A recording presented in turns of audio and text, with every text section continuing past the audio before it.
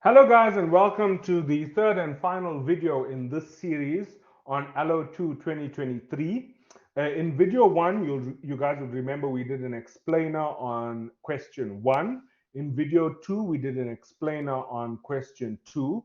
In this video, we mainly are going to be focusing on how to mark your questions, okay? So how to mark your answers when you do your loss mark analysis. So before you do your loss mark analysis, make sure that you fully understand every concept in this video before you go forth and do the loss mark analysis. Okay, let's jump straight into it with the solution. Like always, I recommend that you download the solution in PDF format and follow along as I talk in the video. So, and write notes on your PDF so that you know what I'm referring to and how each thing needs to be marked.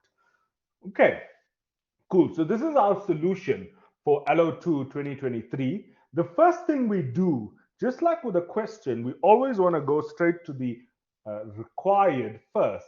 The first thing we do when we get a solution is we scroll down to the notes. Obviously, yes, you're going to say, oh, but first we need to maybe look at the question, etc. I've assumed that you've done that. I've assumed you've watched video one and two. So I'm not going to explain why this journal entry is here. Instead, we're just going to focus on the marking process. Now, just like how we do with questions, we jump straight to the required. Here, we need to jump straight to the marker's note because we need to identify the actual penalties that we need to watch out for as we mark. Okay, so the first penalty that is discussed is dating our journals. So if we come across a journal that is not appropriately dated, that means the date is incorrect, we minus half a mark up to a maximum of 2. That means we can't minus more than 2 marks, and we award as many marks after that. So what is the reason behind this? What is the understanding behind this? Clearly, if a journal is incorrectly dated, the journal is wrong. Right? The journal has been processed on the wrong date. It is not reflecting the economic substance of the transaction. So it's not talking to the transaction, right? The journal is wrong. But what we want to do is we don't want to penalize the student, because what we were supposed to do with such a journal that's incorrectly dated is offer no marks to the student. The student is meant to get nothing for that journal because it's processed on the wrong date. It does not relate back to the question. It does not relate back to the transaction. So it's clearly wrong. It should get no marks, right? But what we do at UP and specifically in RRP is we are very lenient on the student, which means we award as many marks as we can, right, for the journal. But the issue is it's still a wrong journal. And what we do is if we just award marks and don't penalize, what that means is it's actually disadvantaging those students that got the journal correct and dated it correctly, right? So we're making them seem as if the two students are equal. But that's wrong because one student clearly got the journal entry wrong. So what we then do is we say, I'll award as many marks as I can, but I'll minus half so that the student that dated it incorrectly is not getting full marks for that journal entry. They're getting whatever the total is minus half, right? So that is why this penalty exists. Okay, that's the reason behind this penalty. That's the meaning of this penalty, and that is why this penalty is actually better for the student than if we actually marked the way we were supposed to and give no marks for an incorrectly dated journal. However, we are even lenient further by saying that we'll limit the penalty to 2 marks, which means if you have 4 or more journals that are incorrect, you'll only get a maximum penalty of 2 marks. Okay, so that's what you should be looking out for. Now, very quickly, take your attempt, take your paper, and look to see if all the journal entries are dated correctly or if they all have dates, right? So some students you'll find that you didn't date them at all. in that case, you should receive a penalty of 2 marks, okay? A total penalty. So if there's no date at all, you should get the maximum penalty of 2 marks, and thereafter we mark normally. So basically, we try and award as many marks as possible thereafter, after receiving the max penalty. The next is if the debits and credits are not clearly indicated. So there were some students that didn't draw basically, the columns. So the columns for debit and credit. And if that is the case, then for each of the journal entries where it's not clearly indicated, or if you have a situation where you've got a journal entry where there's two account names, but the amounts that are written both in the debit column or both in the credit column, for example, and the journal just doesn't make sense, right? The journal is not in line with accounting principles. Then they would get a minus half penalty up to a maximum of 2. If the student did not indicate which statement it affects, right? So whether it affects financial position, profit and loss, or changes in equity, then they will get minus 2 as well, as a maximum penalty. Then the next thing is students are not penalized if they have written the journals in a different order to the journals that we see above, right? So the journals that are in the solution, they don't need to be in the exact same order. However, they need to be dated correctly, which is what we said in point 1. You guys would remember, we said they must be dated correctly. So we won't penalize students if they're not in date order, right? So the journals are in an incorrect order, they're not in chronological order, but we will penalize them if they are not correctly dated. So if the date next to them is incorrect, right? So that was just to clarify on that matter. Then if a student has passed an additional journal entry that is conceptually wrong, then we will minus half up to a maximum of 2. For example, you guys would remember that some people have passed journal entries where they said for the purchase of the Ford Ranger, they would actually then say, oh, we got a loan, so it increased our bank, so we'll debit bank, credit loan, and then later on we'll then credit bank, debit vehicles. Now that is conceptually it's wrong, so therefore that student would receive a penalty of half a mark, and then we'll award as many marks as possible thereafter. So what we'll do is first we'll penalize. So you'll often find students that did that, they might only get 1.5 marks for that journal entry, even though that journal entry is worth 2 marks because they've been penalized the half mark. So that's what that penalty is about, up to a maximum of 2. Then we say we want to award whole marks where possible. So if the entire journal is correct, there's no need for the marker to go individually and place the mark next to each correct element of the journal entry. Instead, we'll award a full mark for that journal entry. But if obviously the entire journal entry is not correct, then the marker is required to go and circle the parts where him or her are allocating the marks. Then it says for journal entries processed,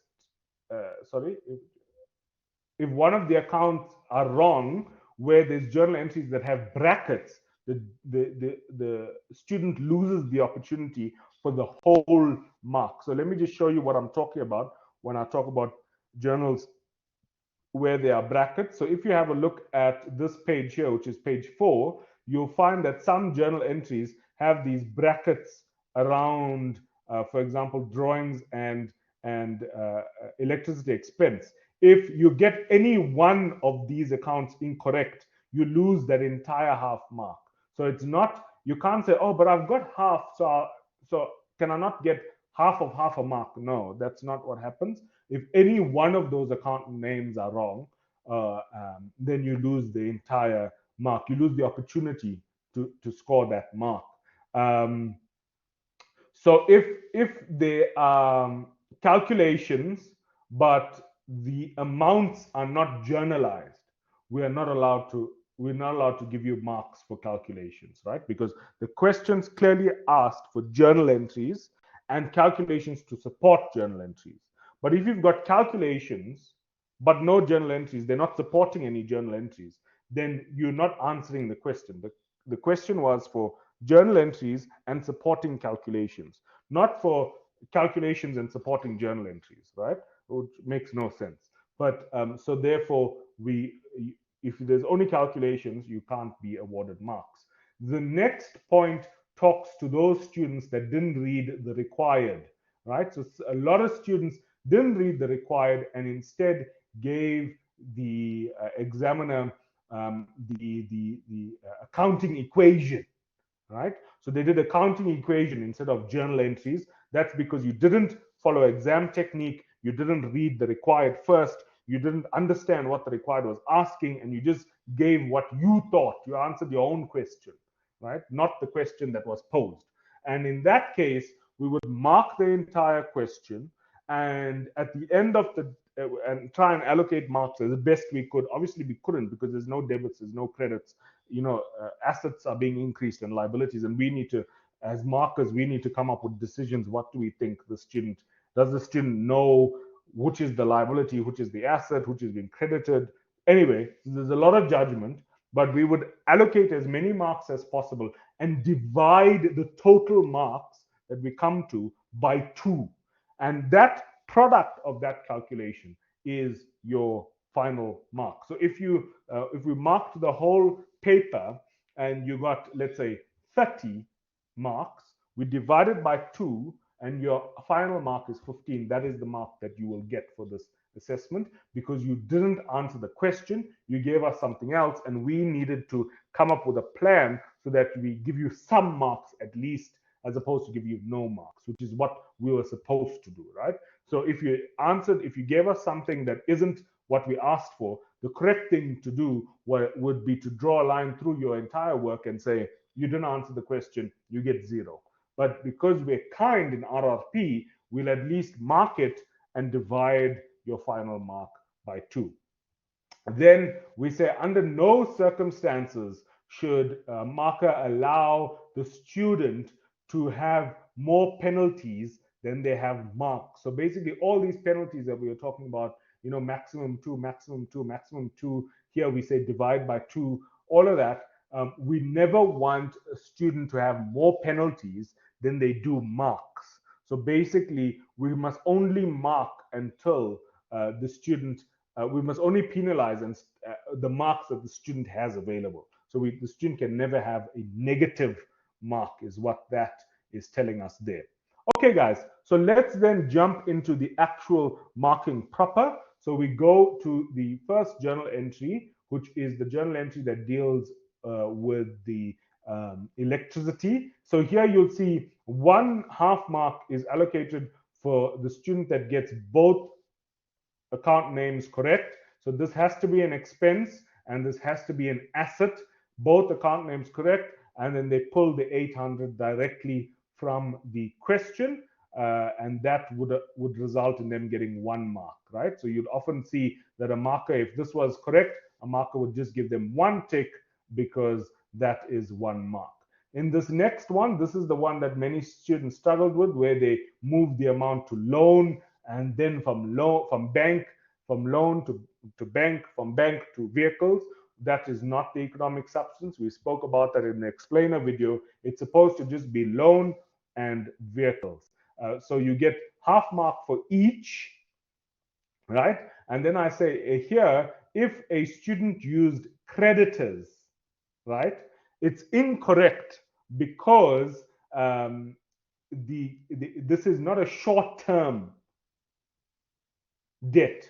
This loan is over 5 years. So if you say trade creditors, that is telling us that it's a non-current, it's a current asset, and that's wrong. You have to indicate to the examiner, I understand that this is a long-term asset because it's longer than 5 years. So something like a loan or even long-term liability would be accepted, but trade payables is not accepted in this case, right? So that was what that note. So if you have a look there, you'll see there's a little one. Now I've covered it, but if you have a look there, there's a little one, and that one is actually what we look for when we look for the notes at the bottom, right? And then you're going to get a half a mark for saying 250 and a half a mark for saying 80. Or if you said 20%, right, you'd also get a half a mark. So those are where the marks were allocated there. Now notice, if a student talks about bank first, they should always be penalized and get half a mark because it doesn't reflect the economic substance, which means you would find in that case that you would have gotten 1.5 marks if you had said bank here. The next one, students have to identify that this is a capital contribution, so it's increasing the owner's equity, therefore it needs to be credited. They get half a mark for that and half a mark for saying equipment. Inventories would not be accepted because an inventory is a short-term or what we call a current asset, and equipment in this case, we were talking about the baggers, the cement baggers, that is a long-term asset. How do we know it's long-term? It's because in the question it tells us the useful life is, let's have a look, I can't remember, 6 years. Useful life is 6 years. There we go. We spoke about it there. The useful life is 6 years. And so we know that this has to be a long-term asset and therefore cannot be inventory. So that has to be a long-term or a non-current asset. And then you get half a mark for just copying the amount directly out of the question. Now, if you spoke about loan, right, you would get you would get less half a mark. So you get a penalty for half a mark because, like we said in the notes, you'd remember in the notes we spoke about unnecessary journal entries. That is an element that is unnecessary or extra. It's an element that shouldn't be there. It's an element that doesn't show the economic substance of the transaction. So that would get half a mark, or if the contra is trade payables, right? So that's not accepted either. With the sale to Mr. Genie, trade receivables, or we were also accepting debtors control or trade debtors.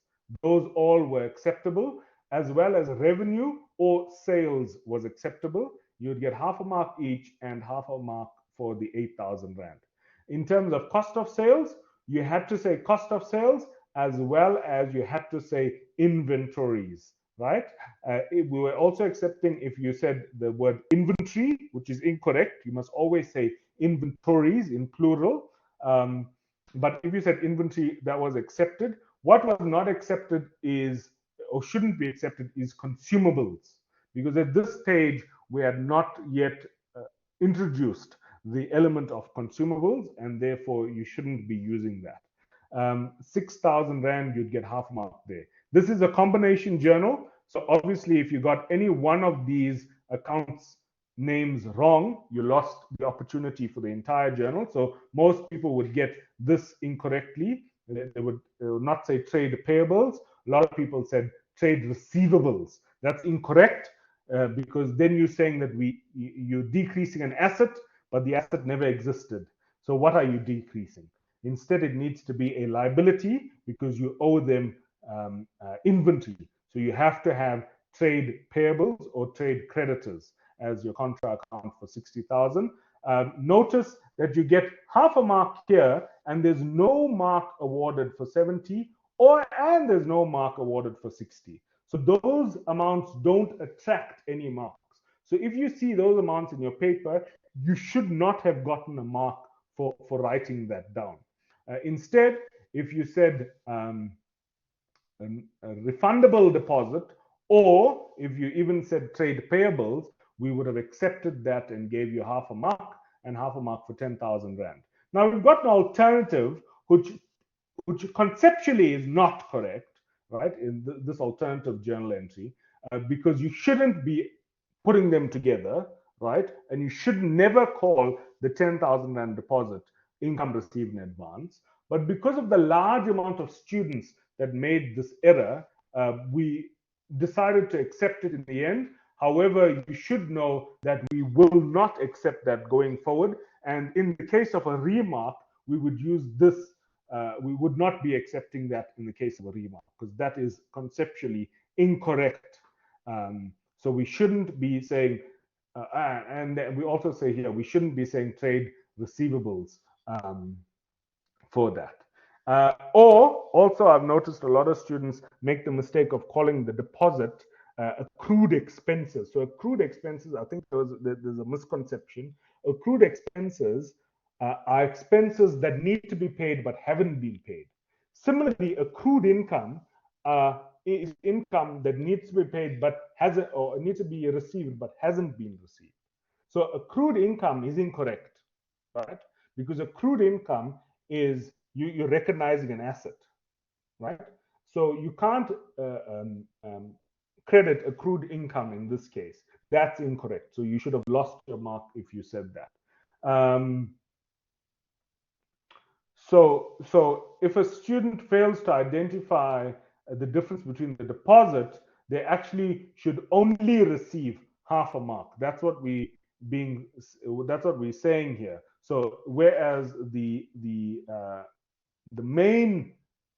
correct journal entry here is 1.5 marks, right? So on page 1 of the solution, the correct journal entry accounts for 1.5 marks. If you give us this incorrect alternative journal entry, because so many of you did, we would find favor on you and award you 1 mark. So you do get awarded less marks than the person that got the journal entry correct, and that's only because it's the conceptually incorrect, right?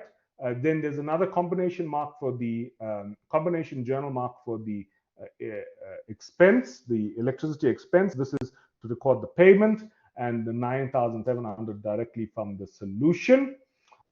This combination journal entry here is one that I didn't see passed often, but a student can pass it. So what you just need to be aware of is that the electricity expense at the end of the day needed to be 5,500. The drawings needed to be 4,400. The bank should never change because we know how much we paid and it needs to be 9,700. The only thing that will take the difference is the prepaid expenses, because you guys would remember in journal 1 we actually credit prepaid expenses for 500 Rand, but in journal in the journal right at the end, in this journal here, the one that I'm highlighting now, in this journal, we actually debit prepaid expenses for 500 Rand. So obviously the contra between those two, or the net between those two, is 300 Rand. So the only thing that is different in this combination journal entry is that prepaid expenses is credited for an amount of 300 Rand only. That's the only change. All the other amounts should be the same. We've got a combination journal here for revenue and sales. This is to record the sale to Sibanda. And the calculation is we award 50. For the 50, we award half. For the ratio, we award 50. For the 50, we award half. For the ratio, we actually award half there. If you used a percentage, we would also have accepted a percentage. So 133% would have also been accepted. And then the 12 drill bits were the last half mark. If you didn't write the word drill bits, that's okay. As long as you had the number 12, we would give you half a mark there. Now, this journal entry is an interesting one. This is a combination journal entry which we decided should be in the main solution, and we have the split as the alternative in blue. And so what you'll see here is this combination is both the cost of sales and inventory. You get a half a mark. But if you write donations separately, debit donations, so it has to be correctly debited. If you write donations separately, debit, then you also get a half a mark. So this journal entry in combination is 1 mark, right? But the half of that 1 mark, half mark is split for you to get both of these account names right. And then obviously 3 times 50, which is the cost price, gives you the donations amount, and 350 times 12 gets you 600, which is the cost of sales amount. Notice there are no marks awarded for the 750. So if you wrote 750 in both places here, you should get no marks for that. Okay, this, as I said, is the alternative to the last journal entry. It simply is split, and when we split it, in order to keep the marks even, so here 2 marks are awarded, we want to try and keep it even in this case because we view these alternatives as equal, as opposed to, for example, what happened up top here at 5.3, where we didn't view them as equal. They were, one was right and one was conceptually wrong. So here, because we view them as conceptually both correct and we view them as equal, we need to keep the total marks equal between the two alternatives. So therefore, what we find is that the two journals become combination journals. So you must have drawings, you must have at least donations and inventory and cost of sales and inventory in order to earn each of these half marks.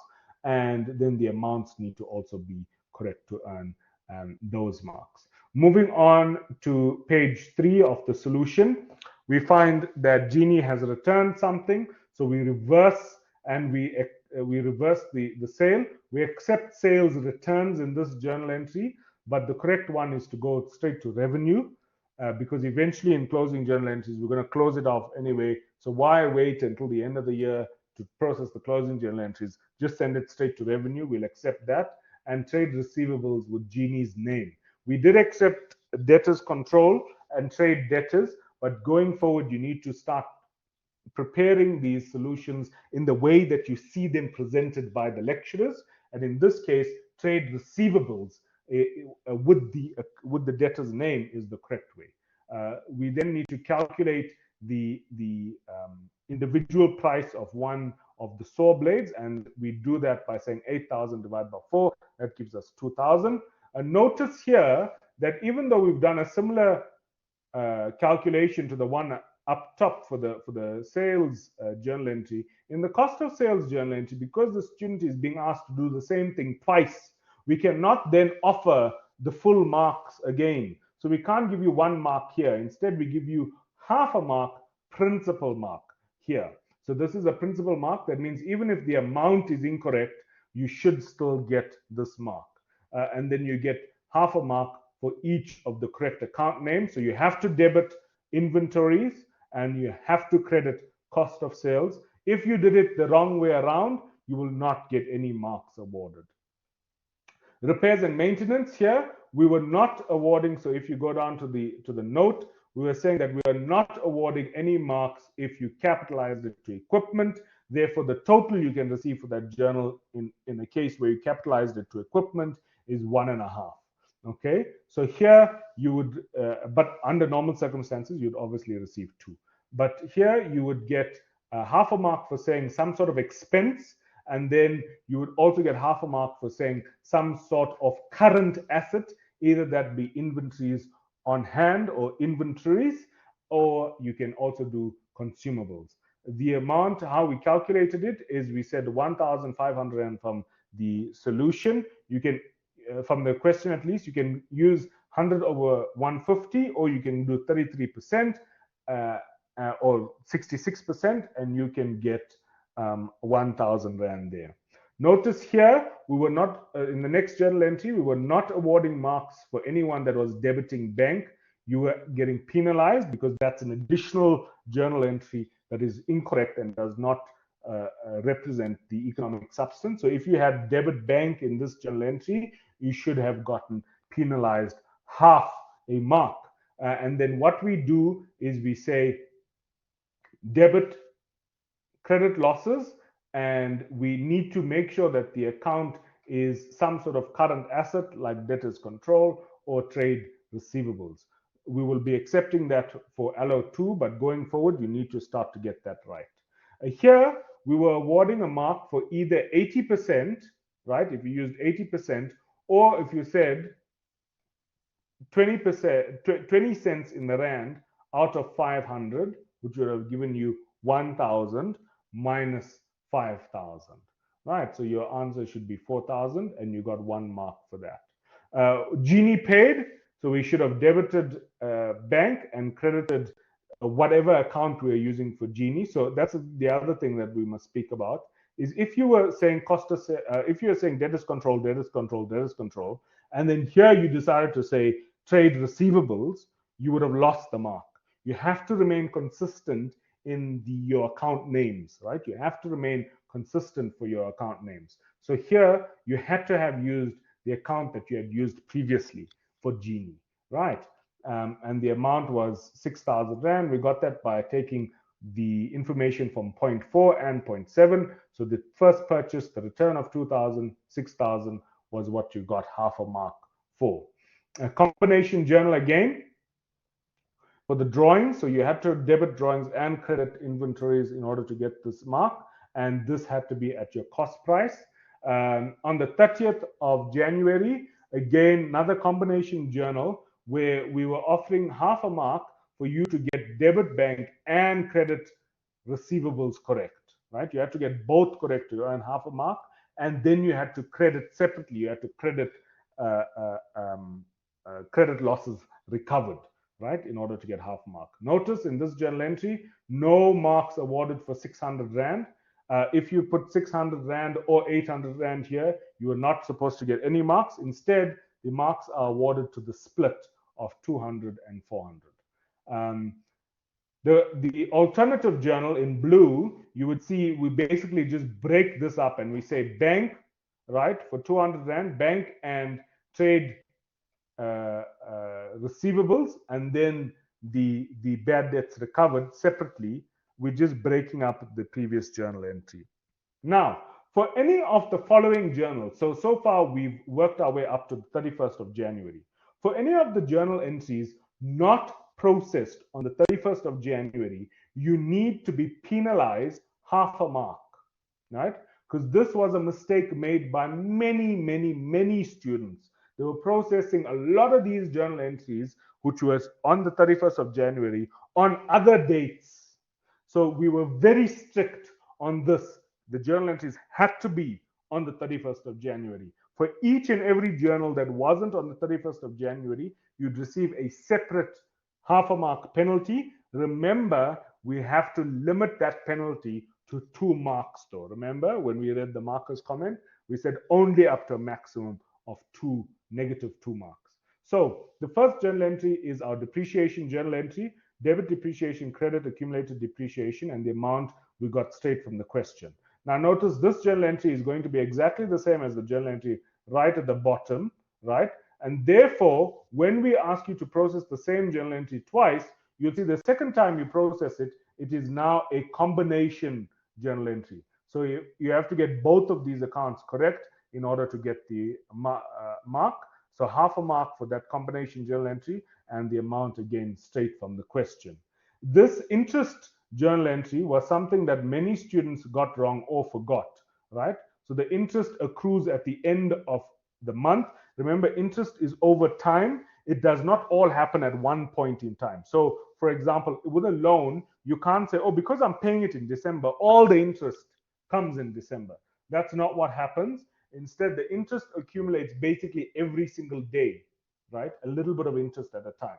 We, for ease of accounting, we make one monthly journal entry for that interest. And so that's what we're finding here. Interest expense and accrued expenses, or if you want to capitalize it to the loan, we were also accepting that. That is correct. The discounted price times 12% times 12 divided by 12 months, right? Because we want to get 1 month's interest only for January, and therefore we should be journalizing an amount of 2,000 Rand. So if you did that journal entry, you got 2.5 marks straight off the bat. So that was a good one. We spoke already about the prepaid expense and the electricity. All you need to know is that here we're reinstating the 500 Rand prepaid expense. If you have a look at this one, this is the one where we're splitting the private usage from the if we're splitting the private usage from the business usage. We only need to remove, in this case, the 4,500. If the student has processed a combination journal entry, they need to make sure that both the amounts for the drawings as well as the amount for the amounts for the drawings as well as the amount for the electricity expense are correct. So remember, in our combination journal entry that we looked at on page 2, you guys would remember the electricity expense had to be 5.5 and the drawings had to be 4.5 in order for them to get that to get the journal entry right. Otherwise, the journal entry wouldn't balance. So that's what we're trying to say here. Because we are not passing that combination journal entry, we're only passing 4,500 Rand. Only if you had this correct did you get the mark. If you were processing a journal entry for 5,500, you would have not gotten these 2 marks. Okay, you should have not gotten any marks for the amount because it was conceptually incorrect. In the next one, again, combination journal entry. Here is sitting the mark. It's for this combination journal entry. So you need to have both account names right. And then there's a little blurb that said that we must just make sure that the student is consistent with the account names. So in the past, if the student recorded it as income received in advance, then here when they record the revenue, it also needs to be income received in advance. If they recorded it in the past as whatever trade payables, it needs to be trade payables here as well. What we were not accepting was trade receivables for reasons that we've already discussed. And then finally, you get 1 mark total. You get 1 mark total for recording the cost of sales. Okay, cool. So that is question 1. Let's have a look at question 2. Right? So question 2, remember, was our discussion question.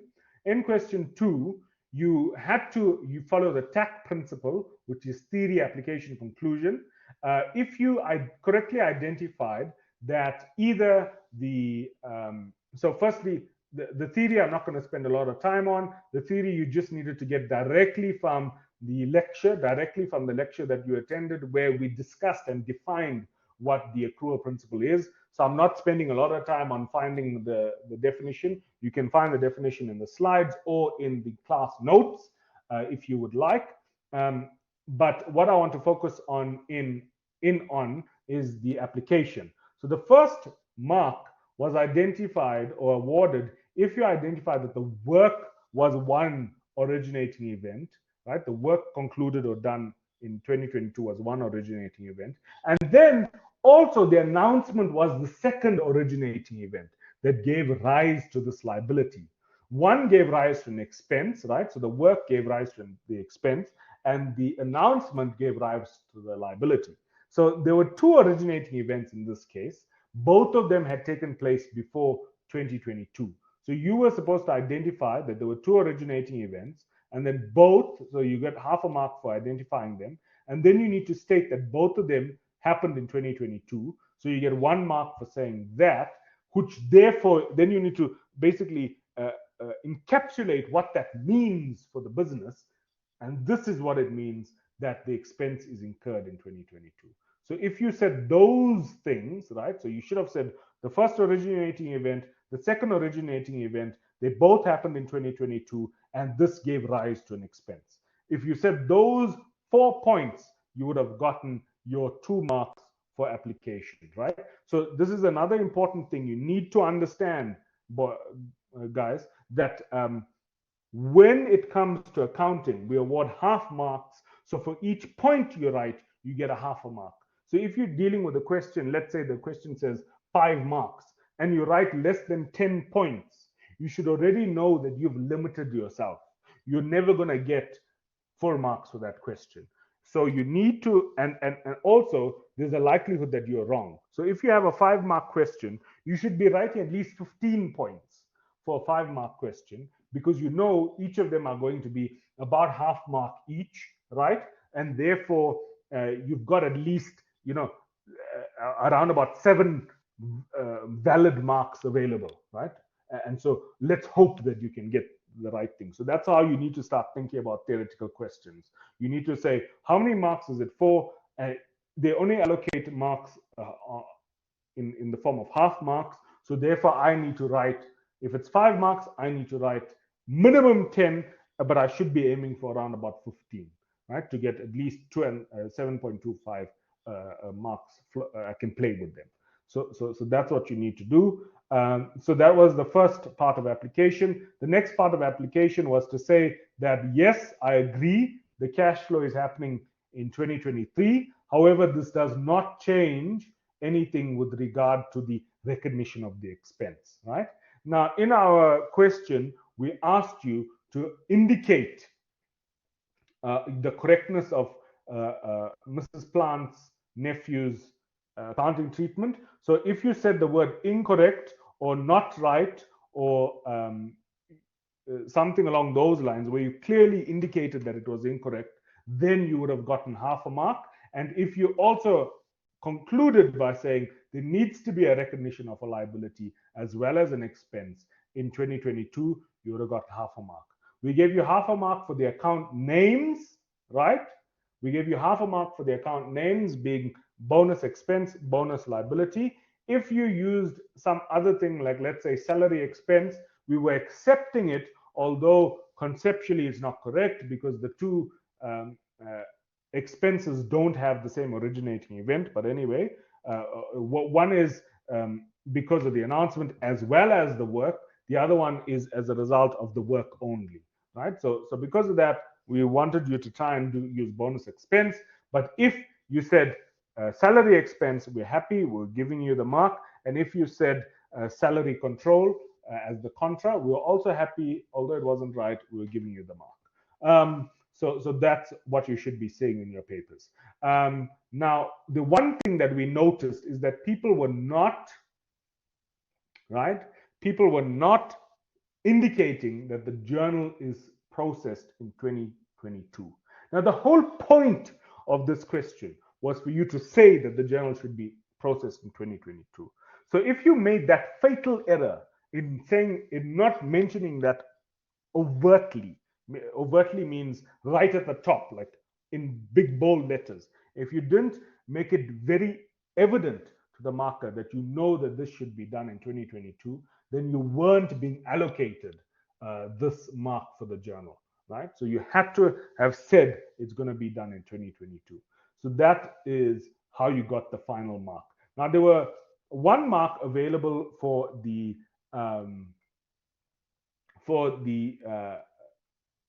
format. Now, this is important, guys. The format was disclosed to you in the guide, right? In the study guide, and the majority of people were not getting the format right, right? So firstly, in the format, you have to make it evident that this is an email by saying at some sort of email, at whatever accountant email, at P4A. You had to have said at something to show us that you are using an email or a format, right? You had to have used an email format. If you are missing key elements like the subject or the pleasantries like the salutations, then you would have also lost a mark. And this, for me, was the biggest problem, right? Because we clearly indicated in the study guide, do not use your name or another plausible name. So you must give us a name that is so clearly fake, right? That we don't have any doubts about it. So here, students were often using their own name, some of them even their student numbers, right? And so if you were doing that, you were losing your format mark, right? Because you had to have used a nom de plume, so a fake name. You have to have used that in this case. So I always suggest to students, just use the word student, Just say, student. The other thing that we were also concerned about is students using their real cell phone numbers. Why? Just say, contact me on the following number, XXX. Three X's, move on to the next sentence, right? So please don't use the real student number or your real name ever again in a format, number one. Number two, go and revise the formats before each and every assessment, right? Go and open up your study guide, revise all of the formats before each and every assessment. Because the number of people that got it wrong was just like shocking. At this level, you shouldn't be getting something so simple incorrect. So there was 1 mark available for the correct format. If you got everything correct, you got that 1 mark. Obviously, if you didn't, you didn't get the 1 mark, which brought our total available to 7. This is why I say if you see a question that has 5 marks, you must be aiming for 15 points, because there were total available here 7. So you could have even got bonus marks if you were sharp enough to write down 15 valid points. We would then, most people never even got up to the limit of 5. So that was what we used to divide this question by, was 5. And that is how you should be marking question 2. Okay, guys, so that is the end of our third and final video on LO2 2023. Thank you for listening. If you have any questions, please go back, watch the videos, and because I won't be around in the coming weeks, please can you contact one of your other lecturers or your academic trainee to ask them questions on this LO. Thank you very much and have a nice day.